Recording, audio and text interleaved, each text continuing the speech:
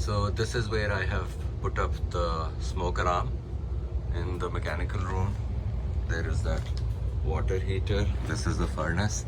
So this is kind of in middle of both. This is the mechanical room.